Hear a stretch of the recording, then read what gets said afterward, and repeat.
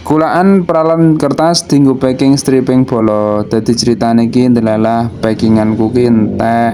Ke iki engko sore arep tak nggo kirim stripping. Lah iki aku langsung wae golek peralon kertas tinggu packing engko sore. Biasane aku nek golek ya ning cedhak pasar nguter kae bolo. Kondisi pasar nguter nek jam Yahwe niki wis padha mulih bolo. Soale pasar nguter ki ramene nek esuk kae paling sampai jam 10, jam 11 kuwi. Lah iki wis meh jam 11-an ki aku lewat wis padha mulih kabeh, padha kukut. Pasar nguter ki terkenal sebagai perdagangan jamu tradisional terbesar di Asia Tenggara bolo. Singkat cerita aku wis tekan tokone terus takon kermase.